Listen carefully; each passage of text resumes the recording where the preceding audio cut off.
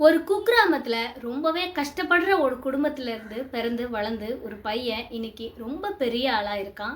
டாக்டருக்கு படிச்சு முடிச்சிருக்கான். அதே ஊர்ல அவனுக்கு அப்பாயின்மெண்ட் கிடைக்குது. டாக்டராவும் அவன் வேலை செய்ய போறான்.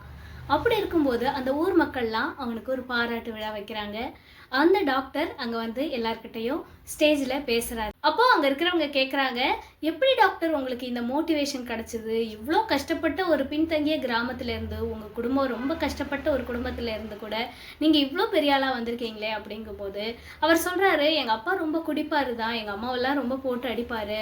ஆனா நான் இந்த மாதிரி ஒரு சூழ்நிலையில ஏன் பிள்ளைங்க இருக்கவே கூடாதுன்னு நான் நினைச்சேன். நம்ம வீட்டுல இருக்கிறவங்களுக்கும் இந்த சமுதாயத்துல இருக்கிறவங்களுக்கும் என்னைக்கு என்னால நல்லது பண்ண முடியும்னா, நான் படிச்சு பெரிய ஆளானா மட்டும்தான் பண்ண முடியும்.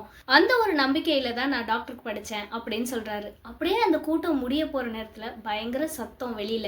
என்னன்னு பார்த்தா ஒரு குடிகாரன் வந்து குடிச்சிட்டு கலாட்டை பண்ணிட்டு இருக்கான். அந்த குடிகாரன் வேற யாரும் இல்ல, இந்த டாக்டரோட கூட பிறந்த சகோதரர் தான்.